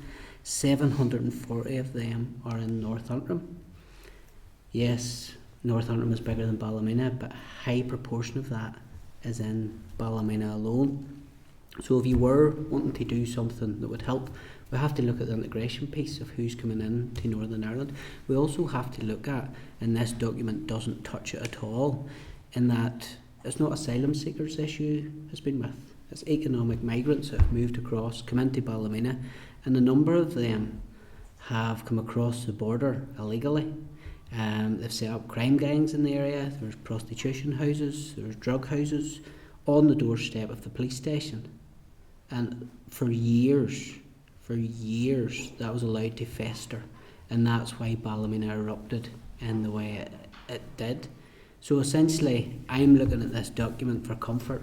I know this was May 2025. When we go for draft number 2, how is the Executive Office going to ensure that doesn't happen again? And I'm not just talking about Ballymena, I'm talking about any town in Northern Ireland. Yeah, no, I mean, we take your point. The only thing I'd say is the refugee integration strategy is for those who are here seeking international protection rather than economic migrants per se. But, you know, leaving that aside, the community cohesion point is one which we're very, very alive to. We are looking at data in terms of, you know, the census data gives us information around who is here, what areas, where there might be potential for, you know, or where there's underlying tensions or community cohesion issues, and the work through the community cohesion group will specifically be looking at not just developing those interventions to tackle community cohesion issues, but where actually do we need to target those interventions to meet the needs of communities, of everybody within communities. So although you may not say anything specifically in what is a refugee integration strategy, we are working through that community cohesion group to look at how do we tackle those root causes, those issues, how do we deal with it, and where do we target interventions to meet the needs to try and facilitate that community cohesion piece. So Ballymena is a welcoming town. We've shown that for years. Our industry, our economy depends on economic migration for people coming in. I'm thinking of some of the biggest factories in Northern Ireland exist in Ballymena, and we depend on foreign skilled labour coming in. But the problem has been, once again, where there has been a community coming into Ballymena that has had no intention of integrating into the area. Picking up on the last page, actually, in this document, integration should not be misinterpreted as assimilation. Rather, it's a two-way process that depends on everyone taking responsibility for their own contribution. But what we have seen in Ballymena essentially is the immigration, and I would say this: immigration without assimilation is an invasion. So there's been no assimilation, no integration, where an area has been taken over and a small number of local people that have lived there all their life have been largely forgot about. You mentioned in your remarks that you worked to bring the violence to an end in Ballymena. Can I ask, what did the Executive Office do? I was on the ground the majority of days. It was very close to my office, and I couldn't tell you one thing the Executive Office was doing on the ground.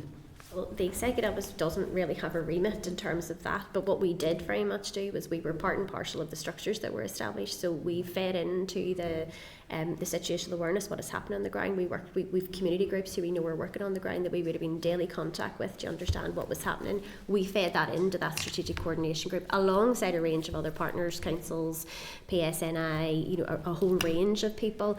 But we aren't the ones that we're not the police. We're not going to be the ones that are out there doing the things on the ground. But it was very important that we were aware of what was happening from the people on the ground, feeding that in and helping inform that group around what needed to be done, what were the priorities to tackle and end the violence, and then what did we need to do to support anybody that had been impacted. So we played our part in that, whilst we may not necessarily, although I did go up to Ballymena to meet with some of the community groups up there to get a sense of what was happening. But in terms of our own departmental remit, I know that the Good Relations colleagues ministers were able to give some additional funding to councils to try and assist with the unrest that we had seen and to tackle issues associated with that.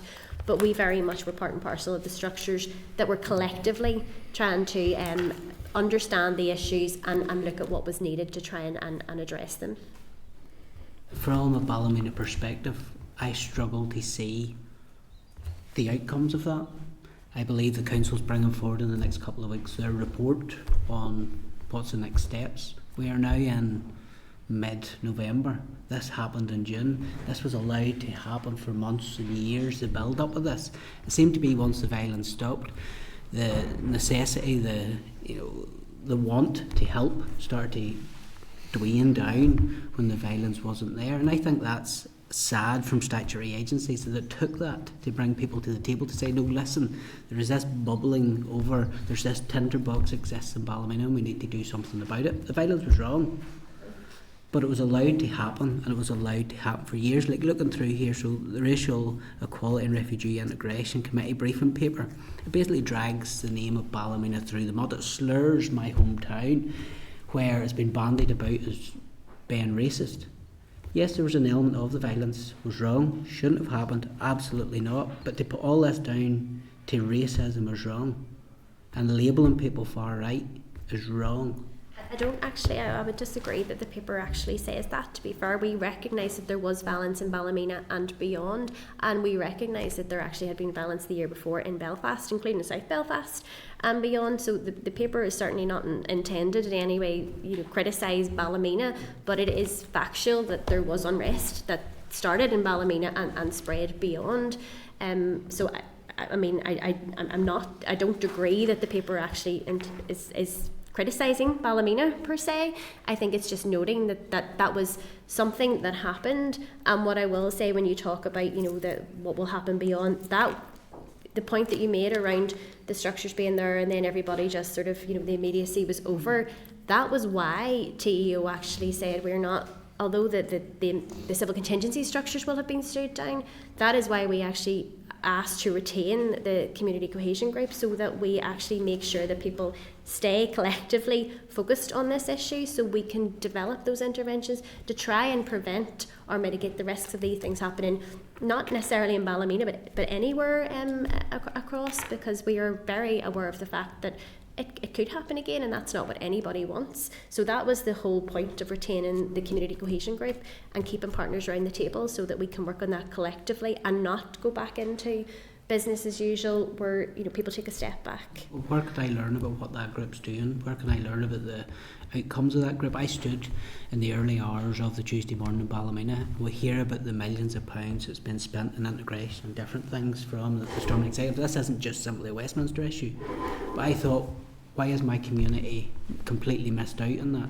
Nothing came to Ballymena that actually made a difference and transformed. Immigration policy is not devolved, so in terms of people who arrive here, how they arrive here and the permissions when they arrive here isn't a devolved matter, and we have no control over that. But in terms of the work of the community cohesion group, the intention is that we would provide proposals up to ministers to say, here are a first suite of interventions that we think would help and tackle the community cohesion issues that we are seeing, not just in Ballymena but across the board. Ministers will obviously want time to consider those, and then they will be delivered or developed collectively by that group, so all partners around the table, to make sure that we are all focused on what needs to be done. But ministers will have to have time to consider them, and then you will see the outworkings of that. Small one, the council needs to get it. Final comment, there's 5.5 million when it was all totaled up was in the Stormont budget for this year, which was looking at this piece essentially of integration and all things because of immigration. And I certainly feel where it hasn't been put to best use, because I was standing on the streets of Ballymena in the early hours of the Tuesday morning, and I felt that community had been forgotten about. The executive and all the different statutory agencies have to feed in and take some responsibility. When people raise concerns, people put their fingers in the ears, ignored it until it got to boiling point. I don't want that happening in my community again. And it's important that we work on these issues, and I'm glad the structures are still in place and acknowledge that. One of the key pieces of work that we're doing at the minute, we have commissioned in innovation consultancy services within DOF to actually look at a piece of work where they're engaging, it'd be a pilot at the start, but engaging with wider communities to better understand what are the concerns and the issues. And we very much would encourage communities to engage with us. I know sometimes there is a bit of a resistance to that, but we very much want to hear from everybody across communities to actually understand properly what are the issues, what are the concerns, so that can actually help shape what we're trying to do in that space. But I think Julie wanted to come in. Just on that point, I look forward to my invitation as well, to feed into that. Okay. And we're happy to pick up separately with anybody. A few more items to get through. If you want to respond and then bring Carol in, thank you. Thank you. It was really just to reassure the member that when we talk about community cohesion, we are not only talking about working with the minority community, the ethnic minority community. Of course, that's hugely important, and we do need to do that. But we actually need to be working with, and we are through the community cohesion group, looking at interventions that we can take with the majority community, because we have to hear people's fears and concerns if we're really going to tackle what are the root causes of the issues that we've been facing. It is never going to solve anything if we start dividing and only looking at one part of a community. We want to look at the community holistically. In terms of what we can do in our communities to build that cohesion, to make them strong, sustainable communities where everybody is working together for the good of that community. I know that sounds a bit altruistic, but we cannot do this only working with minority ethnic groups. We have to work with the groups that you're talking about and the experiences that you had and others that you represent had. Those real fears and concerns, like you've mentioned Clonavon, I do know the area, and we do need to work with everyone to understand what are the problems and what interventions can we put in place to break down those fears and to have people working together. And we don't want to have like anti-racism type initiatives. We want to have building together type initiatives. Thank you very much. Carol, please. So apologies, had to take a call, so I missed some of your presentation, but I've read the papers. So money goes from TO to local government. It goes to councils, yeah. It goes to council. So how much money has every council drawn that money down? In terms, now that there's good relations money that goes to councils through the central the district council's good relations fund, which is there. What we have provided to councils has been under the full dispersal funding, so the money that we get from Home Office. Has every council availed of funds? Yes, they have. They will be, yes, they have. Previously, and we're in the process now of working with councils on the funding that we have for this year to provide to them. Okay, so you talked about going to DOF for consultancy. What's a consultancy for? It's an area within DOF that provides internal consultancy to the civil service, and what we wanted to do, and actually the pilot will be in South Belfast, so they will be engaging on our behalf with a range of statutory bodies, and we're trying to engage communities as well, where we had seen particularly in 2024 issues arising, because what we really want to do is and that's part of we want to understand what the concerns, what the issues are, what the root causes are, so that can inform what we do in this space. So are these DOF officials or private consultants? It's an internal. It's part of DOF, so it's DOF officials that.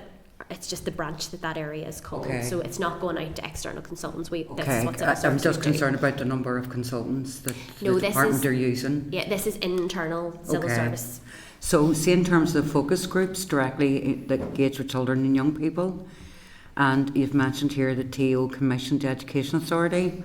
What does that mean? This is in terms of the work that we're going to be doing. So we have been developing a draft framework for race relations, which will be basically building on the racial equality strategy, which ends this year. So we will be moving to public consultation on that, subject to ministerial consideration of the draft framework that's there. As part of that public consultation, we want to do specific consultation with children and young people, and we're engaging the Education Authority to see how we can engage with children and young people in the school context. We're very mindful that children and young people can get caught up in violence and things that we see and social media and all the rest of it. So we do want to do a bit of targeted engagement as part of the consultation with children and young people. So that's what that's referring to. It's just that EA aren't on the street. Yeah. And we'll be doing wider. That's just one. No, I just want to make a point. Yeah. Absolutely, there's a role for them. But in terms of talking to children who are minority ethnic, as well as children from right across the community, you'll find it's youth services, faith-based groups or whatever that I'm working. actually going to something in the next couple of weeks with a group of young people. I think it's actually in Girdwood. In a couple of weeks' time, one of the evenings, and again, it's an opportunity for children and young people just for us to listen and to hear what they're saying. So in terms of, this is a strategy. This will be the new framework for race relations. So it'll be basically when the current racial equality strategy ends, this will be what will come after that. Are there plans for any legislation? The legislation will be the race relations order legislation. So one of the commitments in the current racial equality strategy was to review the race relations order and to look at where there are gaps between it and other legislation that exists. So there's currently policy proposals with ministers on the back of a consultation on that around what enhancements might potentially be made to the race relations order, but that will need to go to the executive, and then obviously it'll go through the process with OLC and when would you anticipate that? It is on the legislative programme for this mandate, so the intention would be to do it within this mandate. Thank you. Okay, anything else? No? Okay, thank you very much for your presentation and attendance today. Okay, members, I was just conversing with the clerk there. So what we're meant to be doing next are 2 closed sessions briefings in terms of some legal advice that we have received in relation to the bill. And if we're going to clear our agenda next week, just exclusively focus on the bill, we could either take those legal briefings today, it'll take about half an hour, maybe 45 minutes, or we could start the session next week with those. How do people feel about whether we should? That with the legal briefings? Sure. Yes, that's the legal briefing. So it's up to you. Just go ahead. Yeah. Okay. Yeah. Okay, that's all right. No, I'm just conscious we've covered a lot of ground today. So, okay, members, I think will we go ahead then? So we're going to ask the bill clerk to come in and join our meeting again, members, and we're also going to go into closed session then, just to take this part of the meeting. Okay, members, we're going back into open session. We've just received legal advice in terms of some aspects of the bill around data access, for example, so we will return to that at our meeting next week. Okay, members, I'm just going to move on to item 11 here for correspondence, and you'll find the summary on pages 803 to 818 of your pack. I'm just going to draw your attention to a number of matters. 11.6. So on pages 871 to 933, the Committee for Infrastructure has launched its call for evidence on the Water Sustainable Drainage and Flood Management Bill, and is seeking the views of statutory committees on the bill. So just to seek your agreement to note this item and to write the department to ask whether they have any views or comments on the bill and whether there are any implications or any role for TO arising from this bill.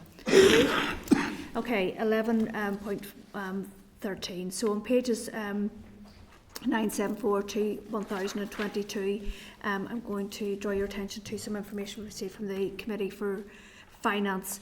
We have received this correspondence in relation to the 2025-26 public expenditure outturn and forecast outturn in terms of September position. So just to advise that the variance explanations between August and September OFO for TO were as followed.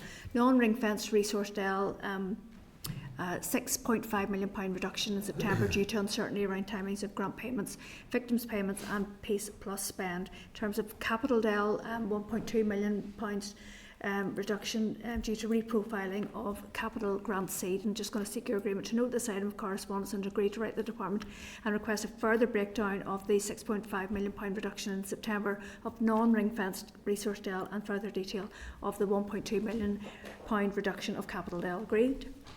Okay, moving on then, so we received correspondence from the department in terms of a response to information requests in terms of the proposed HIA Historical Institutional Abuse Memorial Plaque wording. And I'm going to refer you to pages 1037 to 1038 of your pack. It's just to advise the department has advised that the form of wording was developed following engagement with victims and survivors. Ministers have considered the views expressed by individuals and agreed the final version. During question time on Monday, I know a lot of you in the chamber, the Deputy First Minister updated the House that officials are working with the Speaker's office in the hope that to be in a position for the plaque to be unveiled in the Great Hall in the new year. So just to seek your agreement to note this item of correspondence and agree to write the department to ask when will the final version wording be shared with victims and survivors. Agreed? And also to seek your agreement to forward the response onto the Rosetta Trust as they sent the original correspondence on this matter. Agreed?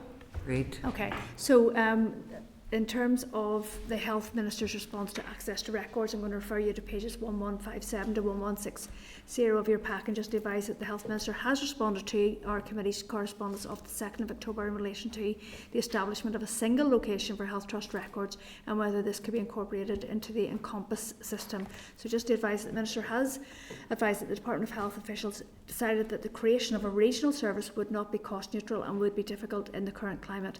A survey of each health and social care trust was completed to ensure that records are stored and preserved appropriately within the Western Trust. The Department of Health has worked with TO to identify funding which will enable the coordination, co-location of records within a single repository and the development of an overarching index for all the records. The development of the Children's Social Care module within the new Encompass electronic health and care record system is due to be implemented in early 2027. This will mean that all adoption records will be held exclusively within an individual's Encompass records. I'm asking you to note this item of correspondence and agree to write to the Department of Health to ask him for a full written briefing on this matter.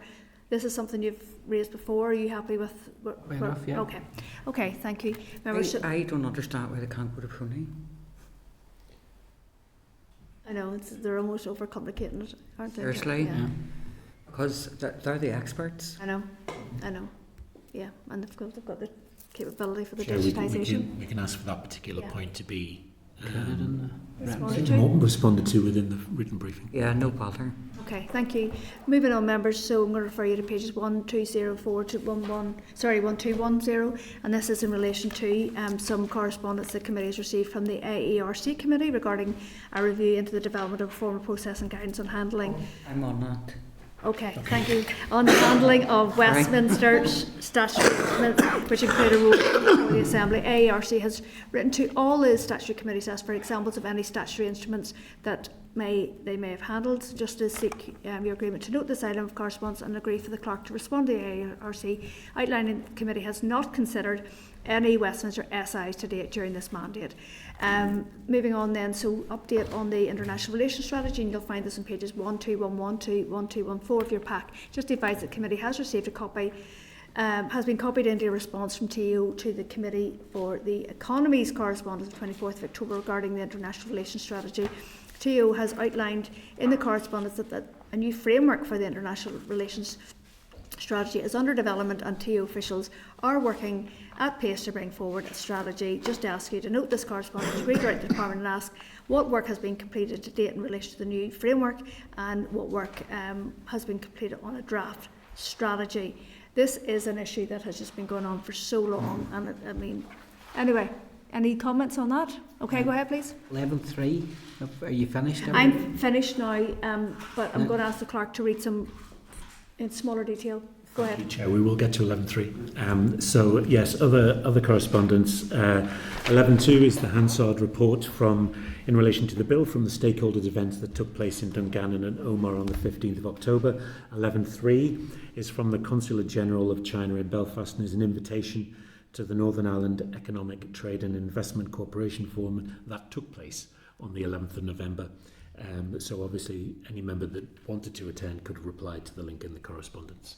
Just on that, I have grave concerns, especially what we've heard over the last 2 weeks. I think it's hypocritical for the Minister for Economy to be instructing PSNI not to engage or give money to companies that may be sending it into Israel, but at the same time go and speak at an event in the Culloden where they've been invited along by China because of their human rights violations. I know in the past year you've raised issues regarding the Chinese Bureau. I think China, there's serious questions there of how they conduct business, and I'm disappointed that the Minister for the Economy, based on issues you've raised about other countries, decided to go and be a keynote speaker at that. I was going to raise an issue under the Beijing office, and it's really just to say that I really welcome the report from the Brussels office. I thought it was excellent in terms of their overview, and I was just wondering why we don't receive a similar from the Beijing office or Washington, but we can put that down as maybe an action. No okay, problem. Please That's continue. Great. Thank you, Chair. 11.4 to 11.5 is correspondence for the committee regarding the Financial Administration of Financial Provisions Bill. Sorry, that's for the Committee for Finance. The Department have responded to the committee on the 29th of October, and this response was forwarded to the Committee for Finance. 11.7 is the 48th report of the Examiner of Statutory Rules, and there are no rules for the attention of this committee. 11.8 is departmental response to committee's correspondence of the 25th of September regarding the Truth Recovery Independent Panel Communications Initiative. 11.9 is individual correspondence, photographs of the Marion Vale site, and just as a reminder, the committee wrote to the department on the 31st of October to ask officials what engagement or discussions have taken place regarding this site and any plans for potential memorialisation. Just on that, there was, before I joined the committee in June, I believe there was a couple of ladies came here who have extensive knowledge of the site. I think they gave evidence, and part of that, from looking back, was to do with the Marion Vale site.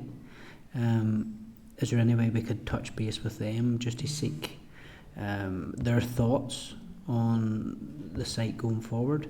It's clear from the photos that have been presented to us, there is graves of some description on there. I think I made reference before about the knocking down of the building. I've been made aware the building is already knocked down. So just to clear that up from my point of view, but I think we should look and re-engage with them ladies that gave evidence in June on that issue. No, I would support that. Yeah. Thank you, Chair. Okay, 11.10, Hansard report again is on the summary of scrutiny to date from the meeting of the 22nd of October. 11.11 is a TEO office news release about ministers becoming Sisters IN mentors. 11.12, Committee for Finance commissioning note for the December monitoring round. This committee has requested an oral briefing from the department officials on the December monitoring round and the budget. However, the date for this briefing is yet TBC. 11.14, NI Human Rights Commission, an invitation to their annual statement launch, which will take place on the 8th of December, and a link will be sent to register for the event in due course when we receive that. 11.16, correspondence from an individual regarding the bill and the suggestion to include workings such as pathways and practices to ensure that the inquiry addresses the entire system of coercive separation rather than a narrow list of institutions, and that is contained as well in your bill pack. Also 11.16, correspondence from an individual in relation to the bill and comments on workhouses, posthumous redress and intergenerational impact for members to note. 11.18 is correspondence from the Migrant Rights Network regarding researching the function of immigration raids, and I wonder if members may wish to seek a written briefing on that in the first instance. Yes, please, yes. I think that's important. Anybody having a problem with carrying out checks at ports, we need to understand more about that, but that's primarily the job that people should be doing to combat any crime, and I don't think anybody should be taking exception to that issue. We'll request a briefing in the first instance on that. 11.19 is a response from the Department to the Committee's correspondence of the 30th of January in relation to peace and reconciliation funding. 11.20 to 11.21 is a written ministerial statement from FM and DFM and also a TEO news release regarding the appointment of the Director and 5 other members of the Office of Identity and Cultural Expression, the Irish Language Commissioner and the Commissioner for the Ulster Scots and Ulster British Tradition. And just to note that committee team have requested introductory briefings with the new directors in early 2026. 11.22, departmental response to committee correspondence of the 10th of July in relation to disregards for redress payments for the purpose of means-tested social security benefits. Just wanted to seek members' agreement to forward that response on to Advice and I, if possible. Thank you. 11.23, departmental response to the committee's correspondence of 22nd of September regarding the Common Frameworks Project Board, for members to note. 11.24, a departmental response to committee's correspondence of the 25th of September in relation to the Financial Provisions Bill and a Child Rights Impact Assessment. There was no negative impacts were identified during the assessment, and I would just seek members' agreement to forward that response on to the Finance Committee. Thank you. 11.25, this is the TEO Brussels report for July to September. And again, just to advise members that the 3 overseas bureaus will be appearing before the committee on the 28th of January 2026. Chair, you had something to say? No, I was going to say, I did welcome, I thought it was an excellent report from the Brussels office, and I just think that it would be, given what we have said on the 2 occasions that the representatives have been from the Brussels office, the Beijing office, I think that it would be... The American? Yeah, I would say, and it said that, a couple of minutes ago about Washington. It would be good if we could have a similar report from both of them. Yeah. Well, they will be here on the 28th of January, so... Well, I think that it's probably something that they should be doing more routinely than just when they have to come before a committee. Fair enough.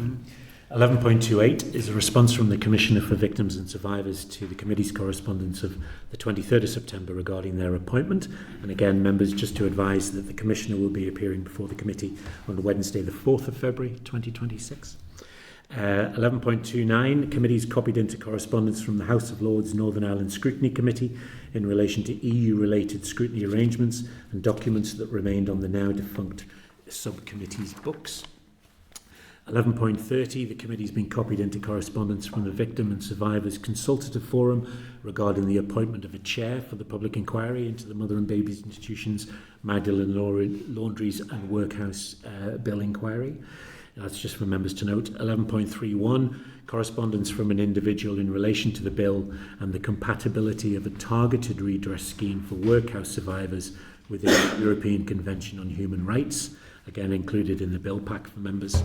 11.32, correspondence from an individual regarding the bill and private mother and baby nursing homes. And again, just to advise that all correspondence in relation to the bill is in the weekly bill pack. 11.33, correspondence from NIJAC on the rescheduling of a previous engagement session with the committee. Members are advised that the Justice Committee agreed at that meeting last week that they would prefer an informal meeting with the NIJAC in Parliament buildings. So again, Chair, I just wanted to seek members' agreement for if they wish to attend an informal lunch on a Tuesday, that will be scheduled by NAGAC and the Justice Committee, and we will receive information on that in due course. Yeah, that's good. Members are happy. 11.34, response from the Department to Committee's correspondence of the 24th of September in relation to follow-up information from the Department and their oral evidence session, and this correspondence it will be in the bill deliberation session for next week. 11.35, correspondence from the Department to the Committee's correspondence of the 2nd of October regarding the bill and the exclusion of unmarried women prior to 1948. And again, this will be discussed next week under bill deliberations. 11.36, correspondence from the Department to the Committee's requests on the 29th of September in relation to the bill and the Delegated Powers Memorandum. This is around moving things from negative resolution to draft affirmative resolution. Again, correspondence can be discussed during bill deliberation sessions in the next couple of weeks. 11.37, TEO response to committee's correspondence of the 10th of October regarding the appointment of language commissioners. 11.40 and 11.43 is an invitation and speaker list from Amnesty International to an event on new legacy legislation called Where To Next on Monday the 17th of November. which I think is in this building. Any members wishing to attend, please use the email address included in the invitation. We're nearly there. 11.41, correspondence from TEO and the appearance of junior ministers before the committee to discuss the bill. That's now been preempted that they are confirmed for Wednesday the 28th. Nick, just on that, is it, you had said earlier it was primarily on the bill? Yes. Is there any opportunity to discuss other matters and raise other matters? We had invited them on the premise that it was around the bill. I would say that FM and DFM and junior ministers are due to be at the committee on the 10th of December. That hasn't been confirmed yet, but I have to say that we did invite junior ministers in relation to the bill this time. And finally, 11.42, a press release from FM and DFM on the launch of the public appointment competition for the Police Ombudsman for NI. Okay, thank you. Anybody want to talk to any of those pieces? No? No. Okay, for the work programme, any changes? Thank you, Chair. So it's just to confirm after what we talked about earlier during the bill session. So next week, the oral briefing with McCusker, are we happy to postpone that? Yes, if members are happy to postpone that to 2026. And we'll do the same for the Open University report on Learning's Why Riot. The 3rd of December, we moved to informal clause by clause for the bill, but the Equality Commission are scheduled to talk about the Supreme Court judgment, which obviously relates to the inquiry. So are we members happy to keep that? I think we keep it. But we'll see how we get on over the next couple of weeks. Okay. It's the only other item for that day. Yeah. Okay. Yeah. We'll keep it for now and see. Okay. Any other? Sorry, is that you finished? Yes, thank that's you. fine. Any other business members? Just need to ask if members are content with the Forward Work programme. Okay. Everybody content with Forward Work programme? Well, it's up until December, so we're grand. Okay. Okay, any other business members? No. Okay, date and time next meeting next Wednesday at 2 p.m. The meeting's adjourned. Thank you. Thank you.